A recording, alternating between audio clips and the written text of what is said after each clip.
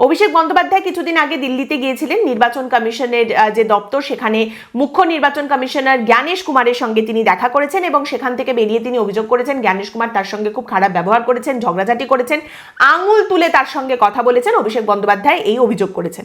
তারপরে অভিষেক বন্দ্যোপাধ্যায় বলছেন যে বাঙালি কি সেটা আমরা বুঝিয়ে দিয়ে এসেছি, আমরা বলে এসেছি যে আপনি কিন্তু মনোনীত, আমি কিন্তু নির্বাচিত।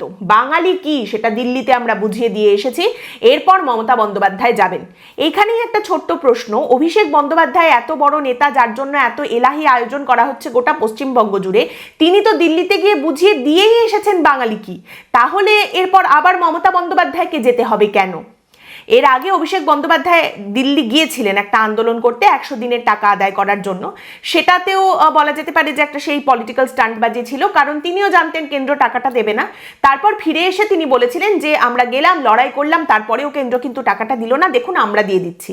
তার মানে হচ্ছে আমাদের আন্দোলনটা ব্যর্থ, আন্দোলন করে আমরা কিছুই করতে পারিনি, এবার এখানে আমাদের সরকার টাকাটা দিয়ে দিচ্ছে যাতে আমরা বলতে পারি ওরা তো দিল না, আমরা কিন্তু দিয়ে দিলাম।